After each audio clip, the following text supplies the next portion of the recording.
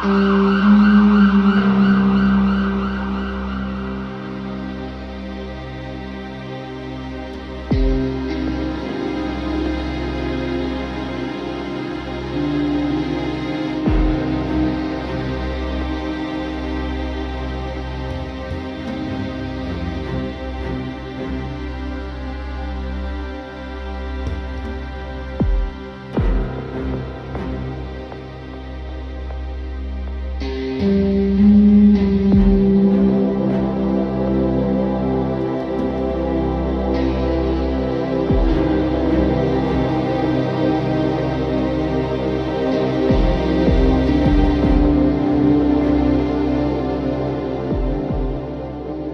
a 99 no Brasil tem cerca de 800 funcionários, mas ela está conectada à Didi Chuxing, que é uma grande startup chinesa global que já está em diversos países, é a líder de mobilidade urbana no mundo, não só pela quantidade de categorias e corridas diárias, mas também por toda a atuação em Smart Transportation, em tecnologia e inteligência de transportes. Na China, a Didi é um grande conglomerado de serviços e conveniências, então extrapola a área de mobilidade urbana e já atua também em fintech, food delivery, bike, patinetes, enfim, existe ali todo um ecossistema de conveniência. E no Brasil, a gente está hoje trabalhando para se tornar o maior app de mobilidade e de conveniência do Brasil também. A gente tem 3 negócios no Brasil. O primeiro é a mobilidade, que todo mundo conhece. A gente já está presente em 1.600 cidades, com uma série de categorias de acesso a carros particulares e táxis. Agora a gente está há mais ou menos 6 meses expandindo a nossa carteira digital, a 99 Pay, que até o fim do ano vai se tornar a terceira maior carteira digital do Brasil. E também o 99 Food, que acaba de completar 1 ano. A gente começou a expansão do negócio de food delivery nas cidades menores e nas capitais menores para entender, aprender muito com o mercado brasileiro e realmente trazer serviços que hoje as cidades em food delivery não estão cobertas. Então, esses são os nossos 3 negócios no Brasil e com uma expectativa de expansão bastante grande no país.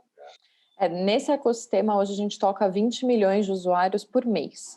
Então, a gente tem um negócio que funciona com uma lógica diferente, então a gente conta, né, quantas pessoas, quantos brasileiros a gente toca mensalmente. Claro que a gente espera, talvez, triplicar esse número até o fim do ano por conta da expansão de 99 Pay e de 99 Food.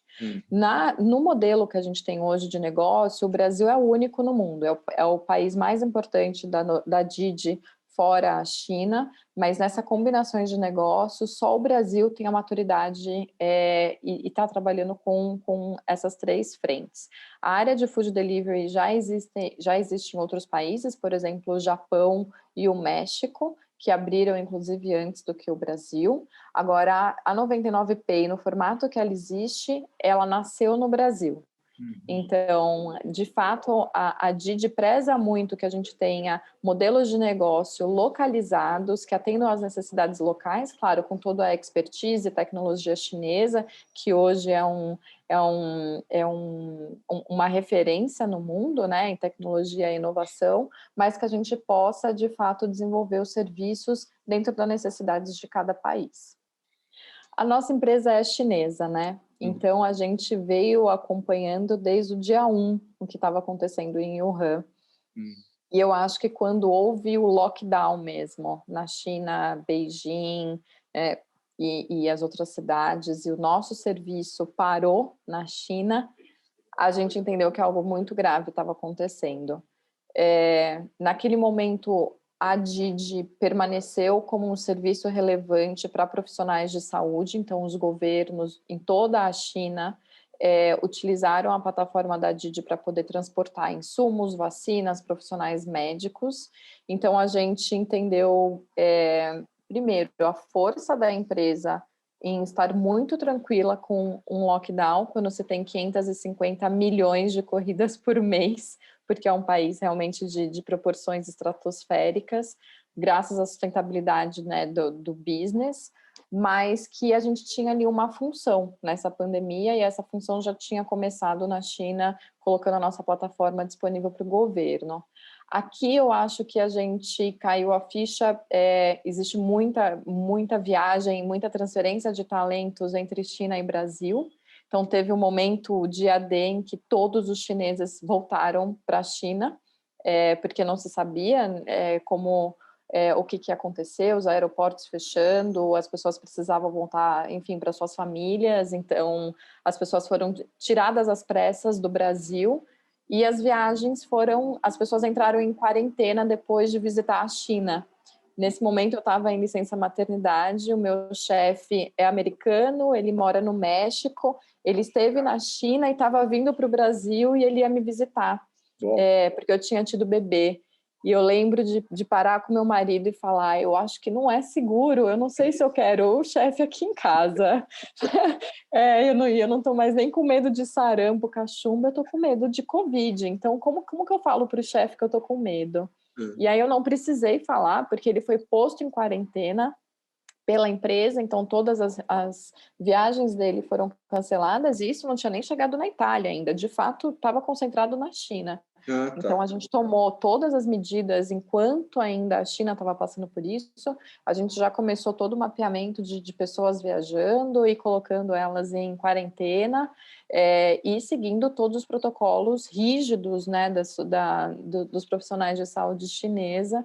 E o meu chefe entrou, então, em quarentena, acho que no início de janeiro do ano passado, e ele continua em quarentena até hoje, e mais tempo que a gente, porque ele entrou no calendário de quarentena da China. Acho que sempre tem uma experiência no fim do túnel, porque a China já não está mais em quarentena, é claro que tem as novas variantes, a gente olha muito para casa para se inspirar, e foi muito na China que a gente se inspirou para tomar nossas medidas no Brasil, mas infelizmente o Brasil ainda está muito longe, né, de controlar a doença.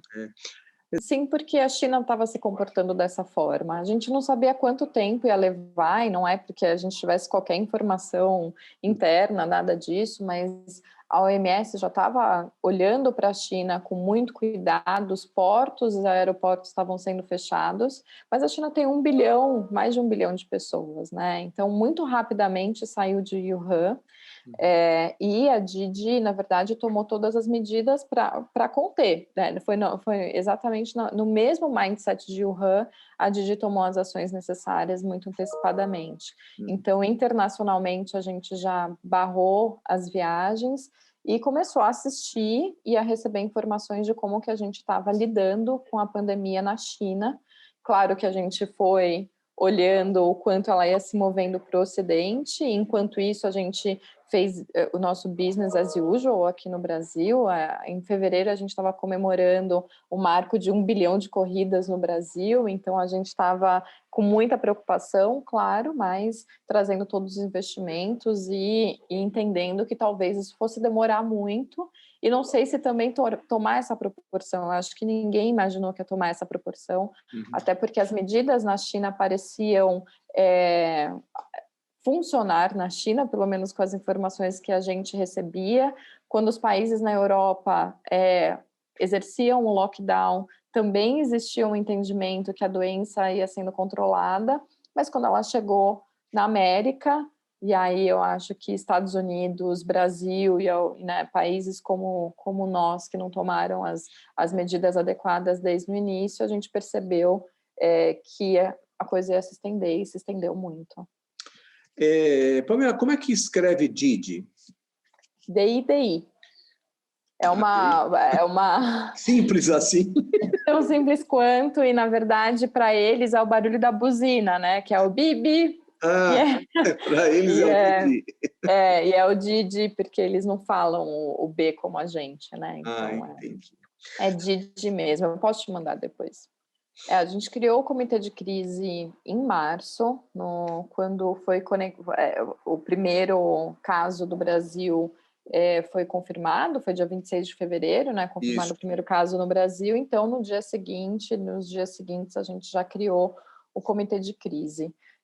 O comitê de crise foi formado pelas áreas de operações. Operações, na verdade, são as áreas que lidam com todo o nosso marketplace de passageiros e motoristas e lidam com todo o ecossistema. Então, é o nosso coração está em operações. A área de marketing, a área de public policy, então foi com a área de políticas públicas que a gente desenhou o nosso programa de apoio aos governos. A área de comunicação, claro, foi uma das grandes líderes desse comitê. Marketing, a área de legal e a área de RH. Então, acho que essas foram as principais áreas que se conectaram para que a gente pudesse manejar a crise de dentro para fora, né? Começando com como a gente protegeria os nossos funcionários, mas também protegeria os passageiros, os motoristas. Inicialmente, o nosso medo era se tornar um vetor, né? Ter o nosso serviço um vetor de aceleração da pandemia. Então, a gente tinha que, de fato, atuar para que isso não acontecesse. Então, talvez seja um paradoxo, mas a primeira medida que a gente fez foi estimular o isolamento social e o isolamento social dos motoristas, inclusive. Então, a primeira medida foi a criação de um fundo de apoio aos motoristas, para que, se eles tivessem, enfim, que parar suas atividades, entrar em quarentena, ou até fossem diagnosticados com Covid, para que eles não tivessem uma perda significativa na sua renda, porque a gente sabe que, acima de tudo, é uma crise sanitária e econômica. Então, o fundo foi criado com 10 milhões de dólares para apoiar os motoristas e os courriers, né? Apesar de ser ainda um negócio pequeno, a gente tem responsabilidade por esse público também. A gente criou uma campanha, a gente participou de uma campanha chamada Distância Salva, e aí a gente utilizou toda a nossa comunicação in-app, a gente faz a comunicação via aplicativo. O motorista tem um aplicativo exclusivo, né, do motorista, e a gente, eu e você, a gente usa do passageiro, e a gente tem cerca de 30 casas 99 pelo país que dão o apoio ao motorista e aos courriers. Então, a gente fechou todas as casas, e até hoje eu acho que a gente tem 2 ou 3 casas abertas, elas continuam fechadas, e a gente iniciou uma comunicação massiva via aplicativo com os motoristas, com os 750 mil motoristas que trabalham com a gente no país, de novo, inicialmente estimulando o isolamento social, estimulando que eles entendessem a gravidade da pandemia. Eu acho que muito da nossa responsabilidade no ambiente de fake news, no ambiente de negacionismo, foi entender que as nossas comunicações tinham um papel educativo e tinham um papel de mudar o entendimento também do que parte da população brasileira entende como a pandemia. Então, a gente fez comunicações massivas e educativas com os motoristas para que eles entendessem a gravidade.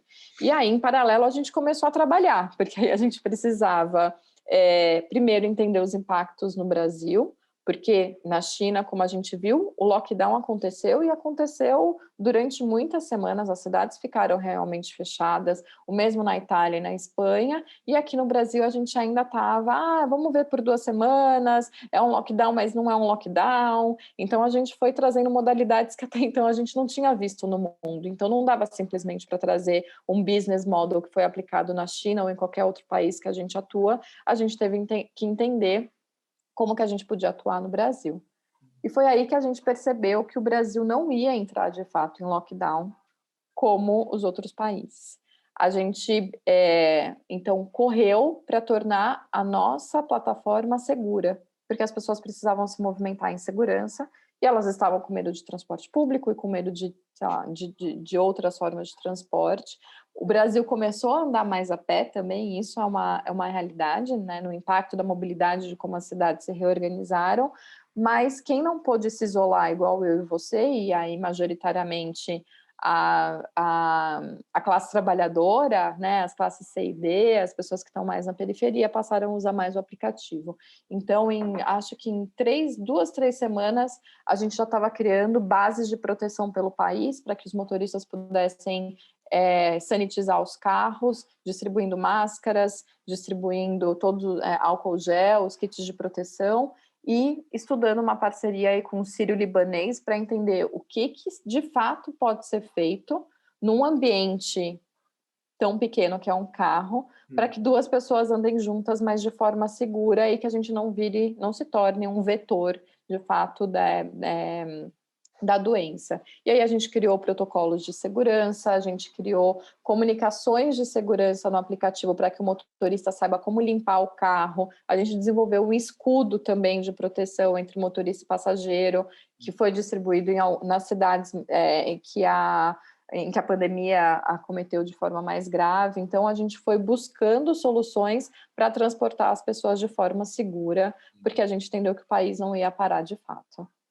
A Casa 99 é um espaço de apoio e de acolhimento ao motorista. Então, ela está disponível em todas as capitais e em outras cidades, são mais ou menos 30 unidades que a gente tem. O motorista pode ir lá até primeiro se cadastrar, entender como se tornar um motorista. Ele pode tirar dúvidas sobre campanhas e seus ganhos. A gente faz treinamentos presenciais quando não tem pandemia. Então, treinamentos de direção defensiva, treinamentos sobre respeito, sobre atendimento ao cliente, a gente faz rodas de conversas e discussões. Ali também ele pode passar um período de descanso, carregar o celular, enfim. Então, é uma casa de acolhimento e apoio mesmo para todos os serviços que o motorista pode precisar. Sim, sim. Para os motoristas, sim. Então, a gente já é uma empresa majoritariamente digital, a gente nasceu digital, então foi muito simples a gente sair do escritório e trabalhar de casa. Isso não houve nenhum impacto para a gente. Os processos da Casa 99 foram revistos, mas, de novo, como a gente tem uma base de tecnologia muito robusta, foi muito mais uma gestão de times e como alocar as atividades das pessoas que até então estavam preparadas para atendimento presencial e como que elas fariam um atendimento virtual, mas sim, todos os serviços continuaram disponíveis para os motoristas, desde tirar dúvidas, treinamentos, hoje é tudo virtual, funciona virtualmente. Minha filha e o Corona nasceram praticamente juntos. A minha filha nasceu em novembro e, enfim, as primeiras notícias vieram no fim de novembro de Wuhan. Foi muito difícil. Eu senti muito medo. O que eu senti inicialmente foi medo. Acho que medo de fato, o nosso serviço ser um vetor. Eu participei mais ou menos de uma gestão de crise de pandemia lá na gripe aviária, mas eu trabalhava para a Novartis, para a saúde. Eu lembro que foi uma gestão de crise muito organizada, uma empresa suíça que já vinha vendo sinais de pandemia, então a gente se preparou durante meses para deixar o negócio pronto caso houvesse, de fato, a necessidade de transferir fábricas, enfim, deixar pessoas trabalhando de casa quando nem existia, assim, as pessoas usavam desktop, nem tinha computador, a gente comprou notebook para todo mundo. Então, eu lembro que quando isso começou, eu pensei, eu não estou numa empresa de saúde hoje, eu estou numa empresa de transporte e mobilidade. E agora? Porque ou eu me torno um vetor, ou meu negócio fecha. Porque de fato, o core do nosso negócio se tornou o grande perigo, né, dentro de uma situação que exige isolamento social. E eu estava com uma bebê recém-nascida nos braços, ela tinha 2 meses e pouco quando eu comecei, e eu não deixei, enfim, eu não fiquei de licença maternidade de fato, eu tive que continuar atuando com o meu time e com a liderança para apoiar na gestão da crise. E aí meu próximo medo foi, será que eu vou conseguir manter meu emprego? Então, eu acabei de ter uma bebê. A gente já sabe que o mercado de trabalho não é muito adequado para mulheres, né? 40% delas acaba perdendo o emprego depois de voltar de licença maternidade. Então, eu já estava no meu puerpério com as minhas próprias inseguranças, e aí com a pandemia e vendo como isso estava se desenvolvendo nos países com a crise econômica, me bateu muita insegurança. Mas eu acho foi muito surpreendente viver isso dentro da 99, numa startup que às vezes parece que faltam alguns processos consolidados de empresas centenárias, como as empresas que eu trabalhei, mas o time trabalhou com muita maturidade, com muito foco, muita responsabilidade, e no dia 1, de avisar todos os funcionários e falar: aqui a gente não vai ter nenhuma demissão. A gente tem saúde financeira, a gente é eficiente na forma com que a gente atua, E a gente vai passar por isso. A gente vai entender como disponibilizar nosso serviço para ajudar as pessoas, porque a gente não está numa situação que ninguém vai se movimentar, as pessoas precisam se movimentar em segurança, e a gente vai trabalhar para que a gente não seja tão impactado pela crise, e a gente vai continuar investindo no Brasil. Então, a gente viu, óbvio, as corridas caírem, muito e vertiginosamente, mas em 1 mês e meio, 2 meses, a gente viu um outro fenômeno, que foi a periferia começou a crescer em número de corridas. A gente chegou a crescer em 30% o número de corridas em algumas periferias das cidades, enquanto os centros expandidos caíram até 40%.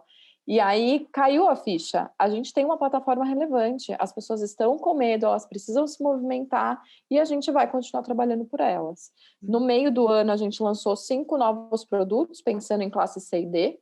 A gente tinha lançado um produto em 2019, então a gente acelerou a inovação, e eu acho que isso deu muito otimismo e muita confiança no time, de que, calma, os nossos empregos estão seguros, a gente está trabalhando para que os motoristas não tenham um impacto significativo na renda, lançando novas categorias, o fundo de apoio, então a gente vai se ajudar a passar por isso. Mas, inicialmente, foi um baque muito, muito grande, um medo da gente não dar conta da crise enquanto empresa, do nosso negócio ser questionado e até paralisado, e como mãe, me ver como uma mãe sem emprego, realmente tentando entender como lidar com um país em crise econômica.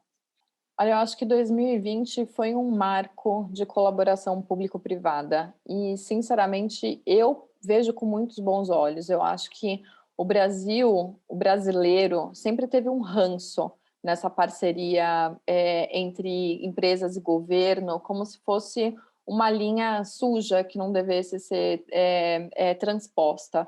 Quando, na verdade, as empresas são cidadãs corporativas, fazem parte do tecido social, fazem parte da economia, têm suas responsabilidades, e eu acho que devem contribuir da forma que for possível. Não tem como vencer grandes crises ou grandes desafios mesmo que estão impostos, seja o desafio da mobilidade, da saúde, sem pandemia, não dá para atuar tendo público e privado como coisas distintas. Então, acho que a pandemia serviu para demonstrar que é possível fazer isso e fazer de forma ética e fazer de forma rápida, porque foi muito rápido, né? Na emergência, não teve como demorar 2, 3 anos para avaliar contratos. Na 99, a primeira coisa que a gente fez foi contatar as prefeituras. A gente tem uma gestão de políticas públicas muito focada no município, até porque é o município que faz a gestão mesmo de todo o ecossistema de transportes, política de transportes. É claro que tem outras esferas de poder, como a estadual e a nacional, mas muito do nosso trânsito funciona no município. Então, o nosso time de políticas públicas iniciou um contato imediato com as prefeituras para entender se era para elas um desafio lidar com a mobilidade de alguns serviços essenciais e se a nossa plataforma traria, enfim, um serviço importante para eles. No Brasil todo, a gente conseguiu doar 4 milhões de reais em corridas para prefeituras, e aí elas escolhiam como utilizar, e claro que aí o contrato era fechado de acordo com que tipo de serviço eles gostariam. Então, por exemplo, em São Paulo, a gente fechou uma parceria com a Rede Mãe Paulistana para transportar mamães que tinham acabado de ter bebê na rede municipal junto com seus bebês, para que elas voltassem para casa em segurança, em vez de pegar um transporte público no meio de uma pandemia.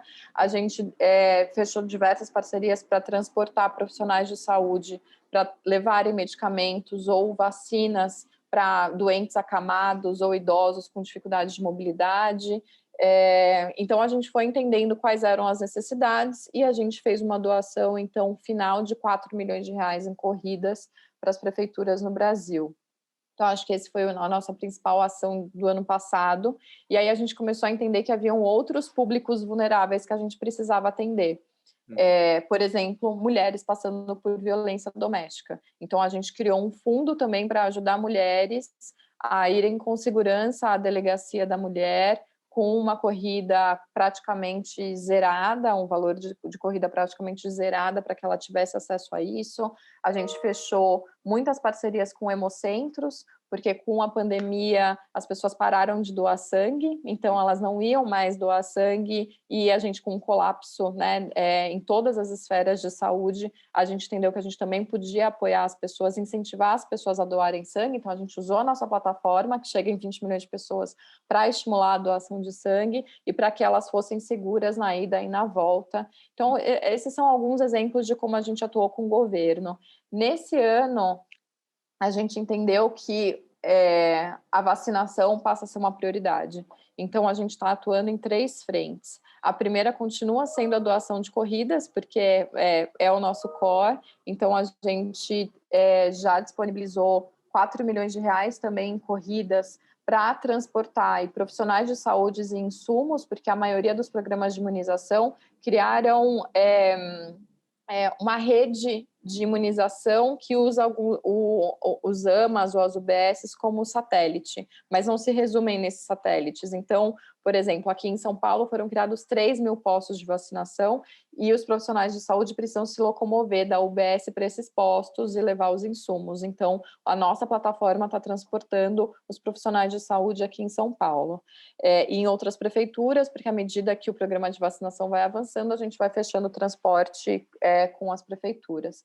Um segundo ponto foi a doação de 1,5 milhão de reais para o Butantan, para a expansão do Butantan, para que ele possa realmente produzir a Coronavac em escala, e 1,5 milhão de reais para a Fiocruz, que está agora pesquisando as novas variantes do vírus. Infelizmente, o Brasil se tornou o celeiro de propagação de novas cepas, então a gente está atuando em apoio com a Fiocruz para que eles possam continuar as pesquisas e talvez entender a lógica dessas novas cepas e se antecipar em novas vacinas. Então, é assim que a gente está trabalhando com os governos nesse momento. Acontecia não massivamente o uso dos carros para entregas, mas informalmente acontecia. Com a pandemia e o isolamento social, a gente rapidamente percebeu que as pessoas tinham necessidades de enviar coisas, e às vezes até um presente, um mimo para alguém que não vê há tanto tempo, até realmente resolver coisas em casa. Então, a gente criou uma categoria específica, o 99 Entrega, e também estimulou as pessoas a utilizarem o 99 Entrega e trabalhou muito com foco nos microempreendedores. Então, tem muita gente trabalhando de casa, fazendo comida, mini festas, roupa, enfim. Então, a gente entendeu que essa era uma forma de também estimular o uso da plataforma de uma forma segura e ter os motoristas rodando e ganhando dinheiro, em vez de rodarem e gastarem gasolina sem ter passageiro. Então, a gente lançou o 99 Entrega, acho que em julho, mais ou menos, do ano passado, e ele continua até hoje. A gente está investindo aí com uma grande expansão desse serviço. Os carros são os mesmos? É só a categoria que é diferente? Exato. Os carros são os mesmos, a categoria é diferente. Aí você precisa colocar diferentes, né, para que o motorista possa fazer essa coleta e a entrega. Tem um seguro em cima dessa mercadoria, e dentro do protocolo de saúde, o que a gente indica é que as pessoas abram o porta-mala, coloquem ali o que elas querem entregar, e a pessoa que vai receber retire do porta-malas também. Olha, por enquanto eu vejo para a crise o que a gente tem aprendido com ela em 3 frentes essenciais. Eu acho que a primeira é a colaboração, a segunda é a confiança e a terceira é a humanização mesmo das pessoas. Colaboração, que é o que a gente já conversou. Eu acho que a gente quebrou um paradigma que era muito necessário no Brasil, de que não poderia haver colaboração público-privada, que as esferas não poderiam colaborar, que as empresas, junto com a sociedade, com os serviços públicos, não podiam colaborar. A gente conseguiu fazer isso muito rápido e em prol do que é necessário à população. Nem todos os agentes foram tão abertos a isso desde o começo, a gente ainda vê muito negacionismo, mas eu acho que a gente provou que não só é possível, mas é necessário para que a gente enfrente qualquer situação que exige transformação no país. A gente precisa que todos os atores, num círculo virtuoso, possam trabalhar juntos no coração dessa causa. Então, acho que o primeiro ponto é a colaboração. O segundo é a confiança. Eu acho que o mundo do trabalho sempre desconfiou muito do trabalhador, infelizmente. como se fôssemos todos grandes macunaímas, né? Que tivessem a preguiça no coração.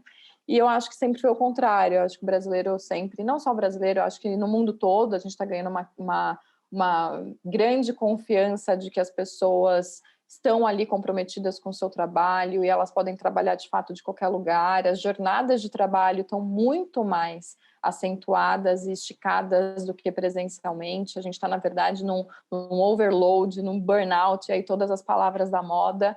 Então, eu acho que o segundo pilar é a confiança, porque a gente entendeu que a gente não precisa monitorar, olhar para as pessoas, ver o cartão das pessoas batendo no ponto, para entender que elas estão trabalhando. E eu acho que esse senso de confiança não volta atrás, não tem como voltar atrás. E o terceiro ponto que é a humanização, que é isso, você está dentro da minha casa, eu estou dentro da sua casa, o cachorro entra na call, a bebê grita, às vezes eu fecho a câmera para amamentar, às vezes a minha bebê está aqui amamentando, eu estou fingindo que eu estou com uma cara de esfinge, aí vem uma mão e me dá um tapa na cara. Às vezes eu estou fazendo call e estou cozinhando porque tem que dar almoço para bebê, aí cai os grãos de bico tudo no chão. Então, assim, e tá todo mundo passando por isso, ninguém tá dando conta. Não é possível, eu não tô dando conta. Eu vou dormir todos os dias achando que eu tô devendo para todo mundo, eu acordo todos os dias como se eu tivesse apanhado de noite. Porque não tá fácil, não dá para você lidar com a casa, com o trabalho, com as crianças, e mesmo quem não tem criança tem outras situações, tem pessoas doentes na família, 250 mil pessoas morreram.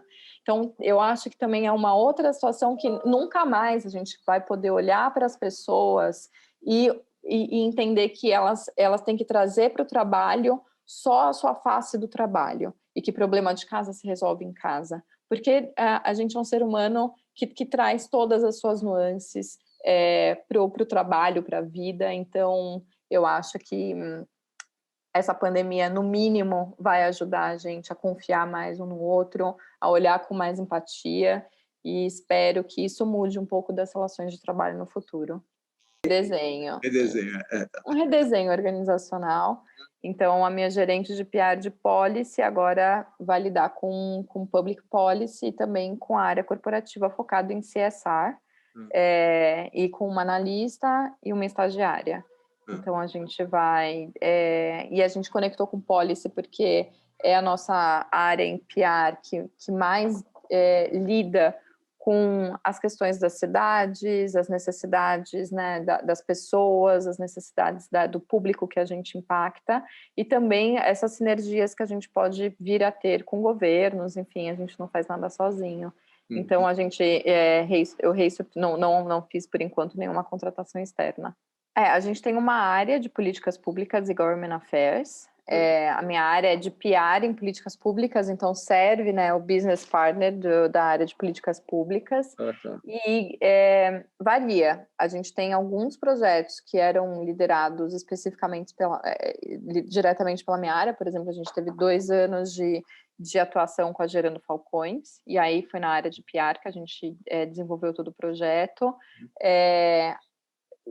Em políticas públicas, eles estão mais próximos a coletivos e entidades que estão conectados à mobilidade urbana, mas não necessariamente agentes filantrópicos. Então, a gente vai, na verdade, desenvolver esse relacionamento por PR mesmo na área de CSR. Não, ainda não. A gente está trabalhando mesmo num planejamento para a América Latina nesse momento, até para entender se a gente vai ter uma agenda, como que a gente combina uma agenda de longo prazo, né? Porque certamente quando a gente vai falar de ter discussões energéticas, né, o da questão, a gente precisa olhar para mais longo prazo. Então, a gente está tentando definir agora um framework estratégico para a América Latina, tendo uma visão de longo prazo, de médio prazo e curto prazo. Nesse momento, meu foco é estruturar os projetos incentivados. Então, meu low hanging fruits, que a gente chama, é a gente conseguir estruturar melhor como que a gente vai atuar com projetos incentivados, tendo uma estratégia clara, uma atuação clara nesse setor, e aí a gente vai desenhar a mesma agenda. Eu acho que a gente já sabe que a gente tem duas... a gente sabe que democratização do acesso os meios digitais e a mobilidade urbana é um core da onde a gente atua. Então, certamente, a gente deve olhar como que a gente pode ampliar essa atuação. Mas ainda não tenho um calendário me pressionando, acho que a gente tá bem nesse sentido, mas a 99 é uma empresa muito rápida, então em poucos meses isso vai estar estruturado. Eu sou Brasil.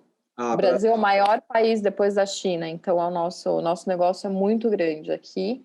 Então, eu tenho 12 pessoas no Brasil. A gente gostaria de ter um framework estratégico global. A gente tem isso muito claro já na China, mas a gente ainda não tem para esses outros países. Então, esse workshop que a gente está fazendo, que iniciou com a América Latina, deve traçar uma forma de atuar para o mundo. E aí a gente vai ter a localização, realmente, o foco no Brasil. O hub a estratégia do Brasil. O hub será Brasil. Não, cada país vai ter a sua estratégia.